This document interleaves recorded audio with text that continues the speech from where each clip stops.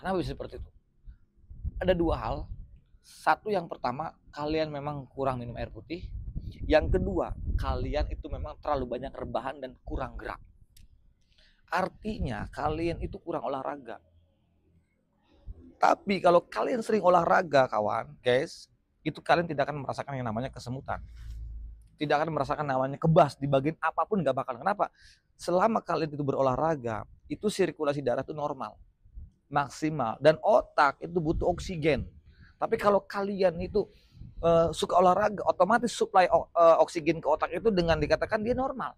Makanya nggak akan yang namanya terjadinya keleyengan lah, pusingnya kayak semacam pusingnya kayak apa, pandangan kayak nggak nyata lah, nggak akan. Kalian harus perlu dengan konsisten saja untuk menjalankan beraktivitas seperti olahraga, entah itu pagi sore, konsisten aja olahraganya. Nggak usah lari kecil, kalau nggak jalan agak cepat lah, jalan kaki tapi agak cepat. Nah, sekitar ya 30 menit. Ya, kalau saya patokannya 7.000 langkah sampai 10.000 langkah. Awal-awal pertama sih saya 3.000 langkah, 4.000 langkah, tapi setelah eh, masa pemulihan pada waktu itu 7.000 langkah, 10.000 langkah gitu. Kadang-kadang dikatakan batasan waktu itu 40 menit sampai 1 jam kurang lebihnya seperti itu. Ini yang kedua, teman-teman. Jadi itu solusinya kayak semacam kayak pinggang sakit, badan juga pada nggak enak, itu ini terlalu sepaneng. Ini karena kita memang ini orang-orang terkena anxiety itu selalu apa, lebih dominan banyak rebahan lah, pengennya tiduran lah, males lah. Iya, orang-orang anxiety itu pengennya meratapi. Orang-orang anxiety itu pengennya apa? Ngelamun, merasakan sensasi, menyamak-nyamakan sensasi. Itu hobinya orang anxiety. Jadi itu solusinya yang kedua. Dan yang ketiga, teman-teman, apa namanya? Jangan suka mengait-ngaitkan tentang sensasi yang muncul dengan apapun. Kalau kalian suka mengait-ngaitkan tentang sensasi dengan penyakit, dengan dugaan, prasangka praduga, ataupun suka mendiagnosis ataupun mendiagnosa diri sendiri, stop. Jangan seperti itu. Jadi contoh ya gini nih, hal yang kecil ya, ada suara ambulan, ya, jangan dikait-kaitkan, gak ada hubungannya dengan kalian. Ada suara burung, gitu ya. Wah ini, nah orang-orang anxiety dia lebih identik ya, suka mengkait-kaitkan ada suara burung. Aduh, ini tanda orang M, jangan-jangan nanti gue nih, jangan gue. Stop, itu nggak ada kaitannya. Suara ambulan nggak ada kaitannya. Suara burung nggak ada kaitannya. Berarti ada masalah. Ada, kalian sadari bahwa di dalam diri kita ada something wrong. Something wrong. Jadi ada sesuatu, ada masalah nih di perasaan kita. Ada masalah di pikiran kita. Itu yang perlu diperbaiki. Dan kalian harus belajar berpikir rasional saja, guys. Itu yang paling penting, yang nomor tiganya. Dan yang keempat, kalau kalian memang di antara kalian yang suka mudah apa namanya uh, takut ya, dikatakan gampang takut pada yang apa namanya sering takut kepada sesuatu yang belum terjadi, itu nggak boleh kalian lakukan. Dalam arti kan nggak boleh kalian punya perasaan kalau memang belum terjadi. Kenapa kita harus takut? Dibuang jauh-jauh, belajar cuek dan masa bodoh terhadap sesuatu apapun. Kalian jangan berpikir selalu mengkait-kaitkan dengan penyakit lah, dengan M lah, dengan umur, dengan apa segala macam. Nggak ada. Kalian itu baik-baik saja. Kenapa saya bisa bicara sekarang seperti ini? Karena dulu saya merasakan sama seperti Anda. Seperti kalian, guys. Sama-sama saya juga. Apa-apa selalu dikaitkan suara burung, suara ambulan, bahkan sampai mendengar berita orang M. Gitu, tetangga M. Ada kampung sebelah M. Wah, itu langsung masuk ke kamar, selimutan, keluar keringet dingin. Wah, ilah sensasinya. Saya seperti itu. Nah itu, jadi seolah-olah besok gue nyampe nggak ya? Besok gue nyampe nggak? Apalagi tahun depan, besok aja gue belum tentu. Nah itu nomor 3 itu saya bilang. Dan nomor 4, teman-teman, orang-orang anxiety disorder itu rata-rata mereka itu satu, pertama dia tersinggungan. Sifatnya nih, ini buang. Kenapa? Itu untuk memperkeruh apa, tidak apa namanya, tidak memecahkan solusi di dalam anxiety disorder. Justru itu akan memperkeruh kita.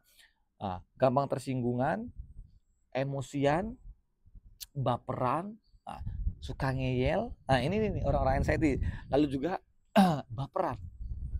Belajar kalian cuek, belajar kalian untuk bisa menerima apapun yang terjadi, entah itu omongan yang kurang enak didengar, entah itu hati kita lagi nggak enak.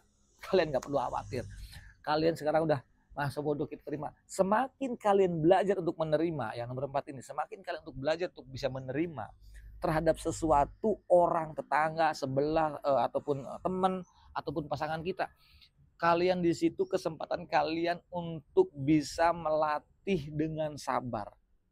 Kualitas kesabaran kamu itu diuji terletak daripada mental kalian di saat praktek ketika pasangan kita, tetangga kita, ataupun anak kita, ataupun ya memang orang-orang anxiety itu jangankan suara motor ya, anak sendiri nangis, telinga kita langsung emosinya itu. Itu orang nggak enak lah, pokoknya pengennya emosi parah, apa-apa pengennya buru-buru, makan pengennya cepet-cepet, kerja pengennya mas set gitu. Ini orang-orang anxiety, tanda orang-orang anxiety. Tapi itu bisa diperbaiki. Jadi pola sifat ini memang wajib kita diperbaiki untuk memperbaiki sifat kita. Jadi kalian yang sedang merasakan gundah gulana, yang sedang merasakan terkena anxiety disorder, kesempatan kalian di sinilah untuk merubah sifat. Dan ini bagus teman-teman, guys. Bagus untuk kalian untuk merubah diri. Ketika kalian sembuh itu sifat kamu sudah berubah. Kamu sekarang sudah menjadi orang yang bisa menerima, menjadi orang yang bisa sabar. Orang sabar tuh enak teman-teman. Orang sabar itu cerdas, beda dengan orang suka buru-buru. Itu kadang-kadang suka khilaf. Kalau jalan kaki aja kadang-kadang kita nih kalau buru-buru nih suka kesandung ataupun kepentok batu dan sebagainya. Itu resiko buru-buru. Makanya kalau orang santai enggak deh teman-teman. Enggak, jadi kita belajar untuk bisa menerima, mengajarkan kesadaran. Oh iya, gue nerima. Nanti kamu akan berpikir rasional. Beda orang-orang yang saya itu dikatakan kenapa dulu itu saya lama sembuhnya, kok nggak sembuh-sembuh. Karena pikiran kita terdorong dengan selalu berburu, ini apa begini. Jadi soalnya berpikirnya tidak akan bisa, orang yang tidak tenang tidak akan bisa berpikir dengan rasional. Tapi orang yang tenang berpikirnya rasional. Oh ini sakit perut biasa aja. Oh pinggang gue sakit, mungkin saya kurang minum, mungkin saya kecetit, ataupun saya bilang, oh mungkin ya biasa gitu. Udah masa bodoh gitu teman-teman. Buktinya dari semenjak 2019 saya sembuh total sampai sekarang. Pertanyaannya, Kang sering kumat lagi nggak? Kumat yang bagaimana? Gitu. Saya nggak pernah kumat. Kalau pusing, memang sebelum terkena anxiety saya juga sering merasakan pusing. Kalau perut sakit, sebelum terkena anxiety juga, waktu saya makan sambalnya berlebih, ya saya sakit. Gitu loh. Apalagi kalau pada waktu itu saya ikut fitness teman-teman ya. Ya kalau wajar kalau kram-kram untuk 1 minggu ya wajar, karena saya juga pengen, perut saya pengen kecil, badan saya juga pengen berisi. Dulu kan nggak begini badannya, itu kecil teman-teman ya, segini udah kecil, tapi kan mending lah agak sedikit keras. Kenapa? Itu saya lebih suka namanya olahraga gitu kan, fitness. Nanti kalau kalian udah sembuh tuh olahraganya jangan pengen badannya gede, tapi setidaknya setidaknya ada. Jadi terapkan hobi kamu, apalagi di bidang olahraga, itu cocok banget buat kalian. Jadi jangan lupa. Dan yang kelimanya nih, terutama orang-orang terkena anxiety, psychosomatic disorder itu paling nggak paling susah yang namanya tertidur. Rata-rata orang-orang yang terkena anxiety, psychosomatic disorder, itu mereka itu rata-rata gelisah, nggak akan bisa tidur. Nanti tidurnya kalian itu ketika mau menjelang pagi, gitu. Kami sih selalu menghimbau kepada teman-teman sekalian dimanapun, diusahakan kalau bisa diprogram tidur lebih awal, itu justru lebih bagus lah. Kenapa? Biar kalian itu tidak terlalu stres gitu loh. Selalu dikatakan gelisah. Kenapa sih orang-orang terkena anxiety itu nggak bisa tidur? Wajar, karena dia pikirannya itu lagi gelisah, pikirannya lagi mengkhawatirkan kepada sesuatu yang belum terjadi. Itulah kesalahan orang-orang terkena anxiety, selalu belum bisa berpikir rasional sehingga dirinya gelisah. Jadi seolah-olah ada ancaman, malam tiba nih ancaman, besok sampai enggak gini. Jadi ya orang-orang terkena anxiety itu apapun yang mereka khawatirkan, mereka takutin itu nggak jelas gitu. Padahal secara rasional dan logikanya kalian pergi ke dokter, kalian periksa sana, kalian aman-aman aja. Paling diagnosa dokter apa? Asam lambung saja, Bu. Anda itu Pak terkena asam lambung, sudah obatnya itu mulu. Itu yang dulu saya rasakan. Sampai bosannya dokter saya digiring ke psikiater kok. Gitu. Kan kagak enak banget teman-teman. Masa sih? Dalam diri saya pada waktu itu, masa sih? Kok sakitnya begini, sensasinya seperti ini, rasanya begini. Kok kenapa saya harus ke poli jiwa? Ya sempat nggak nerima, nggak masuk akal. Sensasi yang rasakan pada waktu itu, wah sama seperti kalian. Jantung berdebar, perasaan nggak enak, mata buram, telinga berdenging, gusi selalu, kalau berludah itu selalu ada merah-merahnya, BAB berbusa, BAB menset, kadang ada merah-merahnya, kadang-kadang juga hitam. Ini kenapa badan lemas, kelayangannya, suruh berdiri aja nggak bisa, harus begini, kok kenapa begini? Wah, pokoknya horor banget deh. Bener-bener horor itu sensasi itu. Kenapa? Pandangan gak nyata, kayak nggak nyata. Tangan tuh kayak kerasa nggak kerasa, darah nih kayak nggak ngalir gitu loh. Itu yang dulu saya alami teman-teman. Nah ini kebiasaan-kebiasaan kita dikatakan orang-orang terkena anxiety psychosomatic disorder. Nah yang keenamnya teman-teman, sering merasa kedinginan. 3 hal. Kadang-kadang tangan suka dingin, kaki dingin, ataupun kita kadang-kadang di siang hari tuh kayak nggak enak. Padahal kita keringetan, tapi kita pengennya selimut apa. Kadang-kadang mohon maaf ya, merasakan kipas angin ataupun AC, benci banget dulu kita itu. Kenapa? Sebetulnya bukan kipas anginnya, bukan AC-nya kawan, guys. Itu daripada hormon kortisol karena kita lagi stres, makanya gampang begah ya kan, gampang begah, terus juga gampang kembung, gampang sembelit, kadang bunyi. Kalau kaki sama tangan dia suka dingin, itu kita lagi cemasnya lagi tinggi, rasa takutnya lagi tinggi, pikirannya lagi kenceng banget, memikirkan kepada sesuatu hal yang belum tentu terjadi kita pikirin. Contoh, saya ini besok mau lomba, contohnya saya mau lomba nih. Yang dipikirin tuh apa? Gue takut gagal, kalau gagal gimana ya? Gini, orang-orang yang saya begini nih. Dia berpikir kepada sesuatu yang belum terjadi. Padahal kalian itu sami'na wa ata'na. Kalian itu hanya bisa, sifatnya itu hanya bisa menerima dan menjalankan. Terima nae gitu, terima saja. Selakonono, lakoni ojo mbok pikirno. Kalian terus terima saja. Tugasnya kamu adalah kamu menerima dan menjalankan. Urusan sanggup dan tidaknya itu bukan urusan kita, guys. Itu semuanya ada yang ngatur. Jadi kita ini jangan pernah berpikir pada sesuatu yang belum pernah terjadi. Nah itu. Jadi kalau sifat yang sering dingin, ya kan, yang keenam itu sering dingin, kaki dingin tuh nggak apa-apa. Jadi kalian tuh nggak usah. Dan dulu saya lama, kawan. Saya tuh merasa sering dingin, itu lama banget. Bahkan sampai mau masa pemulihan lagi olahraga tuh kadang-kadang keringet kok dingin banget. Padahal itu wajar. Karena kita sedang mempunyai anxiety disorder, maka selalu mengkait-kaitkan dengan sesuatu hal yang seolah-olah kayak ancaman. Dan ini sebetulnya wajar sih, wajar. Cuman karena kita orang-orang terkena anxiety disorder, maka ini sesuatu hal yang dikatakan lebay sih. Tapi buat saya pribadi, jadi kalian kalau ada yang merasakan yang sama dengan yang saya utarakan, yang saya ucapkan, yang saya sampaikan di sini, tenang aja, don't worry. Kalian tidak perlu khawatir. Karena semuanya kalian rasakan itu, kawan, guys, dimanapun, apapun agamanya, dari manapun sukunya kalian, ya. Kalau kalian mempunyai yang sama dengan saya, apa yang saya rasakan, guys, ya, dengerin, guys. Itu semuanya, sensasi yang kalian rasakan, itu akan hilang, guys. Dan kalian itu akan sembuh total, guys. Pasti. Karena saya pun juga, gue nggak tahu deh.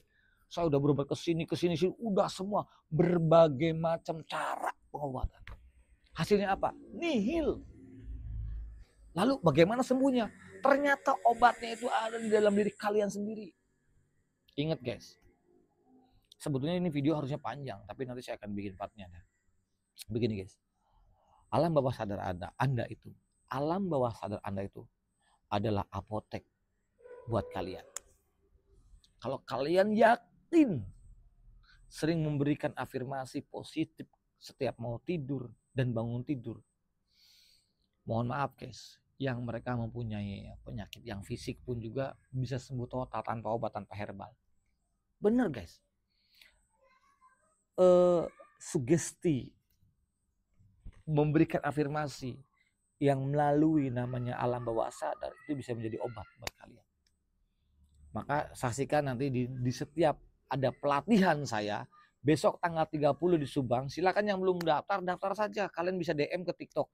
Kalau enggak kalian lihat VT saya di TikTok, cari ada yang VT yang untuk pelatihan, itu ada nomor teleponnya. Kalian boleh di situ lihat. Kalian boleh japri, boleh WA gitu ya, di apa namanya, di VT itu ada nomor teleponnya yang untuk pelatihan itu. Kalian bisa daftar di sana gitu. Silakan. Kalau kalian memang mau sembuh, kalian mau pengen lebih bangkit lebih cepat lagi, kami dorong gitu. Itu teman-teman. Jadi kalian nggak usah khawatir ya.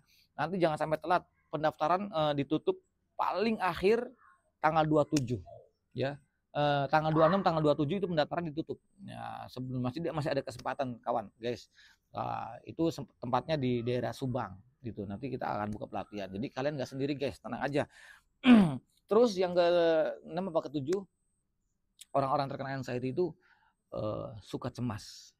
Ya, cemas, panic attack. Terus apa lagi? Jadi cemas kepada sesuatu yang sepele. Contoh saya, teman-teman. Saya ini lagi bercermin. Tiba-tiba, loh kok mata saya kok kuning? Kok muka saya kok pucat? Itu orang-orang yang terkena anxiety itu mikirnya, loh ini kenapa ya? Itu. Ini kenapa ya? Kok saya kok begini gitu, pandangannya begini. Terus dipegang. Gara-gara garuk-garuk kepala nih, garuk-garuk kepala gitu ya. Itu lama-lama kita ngerabah kepala. Ngerabah kepala. Kok ada benjolan apa ya? Kok gede banget ya? Ini kok nggak sama ya? Oh nih, wah ini saya pikiran kemana-mana. Jangan-jangan pusingnya ini kenapa? Wah udah. Itu pikiran lu kemana-mana tuh. Alias the mama mamber. Selalu kemana-mana, pikiran traveling kemana-mana. Makanya kenapa kita mudah capek, gampang lelah. Jadi mencemaskan kepada sesuatu, dikatakan hal yang sepele itu dicemaskan. Jangankan di masalah benjolan di kepala, kena nyamuk, bentol. Saya tuh bentol dulu, kena nyamuk nih, bentol. Begitu bentol kalau kelihatan kenapa ya. Itu saya mikirnya sampai dalam banget. Ini jangan-jangan daging tumbuh. Ini begini, waduh mikirnya udah 3 hari drop saya mikirin masalah bentol ini. Kalau belum kempes saya masih pikiran aja. Nah itu dulu parah kan saya itu. Kacau itu dulu itu saya. Dari situ saya juga, padahal itu teman-teman, apa yang kita khawatirkan itu tidak berbahaya sama sekali. Jadi kalian tuh nggak usah khawatir. Terus yang ketujuhnya, ke-8-nya itu terbayang akan trauma. Ya, kalian mempunyai trauma itu wajar. Kita ini manusia hidup yang normal. Punya trauma itu wajar, guys. Gitu. Tapi dilihat dulu kronologisnya. Kita berpikir dengan rasional. Trauma itu bisa diperbaiki. Step by step. Belajar. Sedikit demi sedikit, halnya sama dengan halnya kalau kalian tuh naik sepeda pernah jatuh, trauma wajar. Tapi bukan berarti menyerah sampai di situ aja. Bagi orang-orang yang terkena anxiety, psychosomatic disorder, dua kuncinya. Yang pertama kalian semangat, dan kedua nggak boleh nyerah. Itu pantangan. Kalau kalian pengen pergi daripada zona anxiety disorder, 2 hal. Yang pertama kamu harus semangat, yang keduanya nggak boleh nyerah. Semakin kamu nyerah di dalam anxiety, semakin kamu tidak semangat, itu semakin jauh, makin lama. Tapi 2 kuncinya, kamu semangat, kamu nggak boleh nyerah ya. Tapi kamu belajar menerima, di situ ada perlawanan agar kita bisa pergi daripada zona anxiety disorder. Itu penting. Abaikan masa lalu. Bagi yang di sini yang terkena depresi, belum bisa melupakan pada seseorang, mungkin kita pernah dilukai, apapun kita yang dikatakan kita belum siap kehilangan seseorang, nggak usah khawatir. Kita sadari semua itu punya skenario Allah Subhanahu wa taala. Semuanya skenario Allah Subhanahu wa taala. Tidak ada yang bisa melawannya. Kita itu udah nggak punya apa-apa, melainkan cuma satu. Pintu kita udah tertutup, cuma satu yang terbuka, pada Allah Subhanahu wa taala. Pintu langit kepada Allah Subhanahu wa taala. Selama kalian masih bisa doa, apapun penyakitnya pasti ada obatnya. Kalian nggak pernah takut. Jangan pernah takut. Sekalipun kalian bisa menerima, tetap kalian semangat. Ya semangat. Dan kalian percaya keajaiban yang terjadi akan datang kepada kalian. Berikan afirmasi yang positif. Karena bagi orang-orang anxiety disorder itu solusi utama. Tapi lakukan secara ikhtiar kita, seperti beraktivitas, olahraga, bersosialisasi, komunikasi itu penting. Dan sekali lagi teman-teman, 99,9% yang kalian selama ini khawatirkan, bukti nyata ya. Apa pernah terjadi yang selama ini yang kalian khawatirkan? Nggak pernah terjadi. Selama ini yang kalian khawatirkan nggak akan pernah terjadi. 99,9% tidak akan pernah terjadi. Itu yang kalian khawatirkan nggak akan pernah terjadi. Berarti khayalan kita bullshit. Jadi kalian tuh harus cerdas dan rasional. Ingat kawan, guys. Untuk orang-orang terkena anxiety disorder, kalian yang pertama, 1 harus semangat, 2 percaya deh. Selain semangat, kalian harus yakin ya, jangan pernah menyerah. Terus berjuang, Tidak ada sesuatu yang sia-sia kalau kalian ikhtiar selama berjuang mau sembuh. Yang mau daftar di pelatihan kami tunggu tanggal 26 sampai tanggal 27. Silakan lihat VT di TikTok saya. Di situ cari VT tempat ada pelatihan yang warna biru kalau ya warna hijau. Nah, itu di situ ada nomor teleponnya. Kalian bisa chatting, bisa daftar lewat admin silahkan gitu. Ayo guys, kita sembuh sama-sama. Dengan waktu sesingkat-singkatnya kita belajar di situ guys. Agar kita bisa mengenal arti hidup, oh seperti ini, oh seperti ini, nanti akan ketemu guys, gitu ya. Nanti saya akan lanjut lagi videonya ya teman-teman, biar kalian bisa tahu dan bisa paham dulu ya. Oke, yang baik datang dari Allah Subhanahu Wa Taala, yang jelek dari saya pribadi. Al insanu ma'al khata'in, saya manusia biasa teman salah khilaf, jadi mohon maafnya barangkali salah kata akhir kalam. Assalamualaikum warahmatullahi wabarakatuh, salam sehat dan tetap semangat lawan anxiety-mu.